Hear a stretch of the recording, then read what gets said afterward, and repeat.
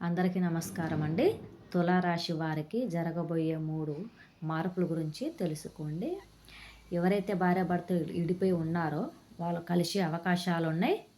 ఆగిపోయిన మీ లక్ష్మి అనేది కూడా మీ ఇంటికి చేరే అవకాశాలున్నాయి. కానీ కొన్ని ఆటంకులు, ఇబ్బందులు కూడా మీకు వస్తాయండి. అయినా కానీ విజయం సాధిస్తారు. మీరు చాలా మనస్తత్వం గలవారు. ఇతరులు ఏదైనా సమస్యలో ఉన్నారంటే ఈ తులారాశి వారు ఇట్టే జాలి హృదయం ఉంటుంది వాళ్ళకి.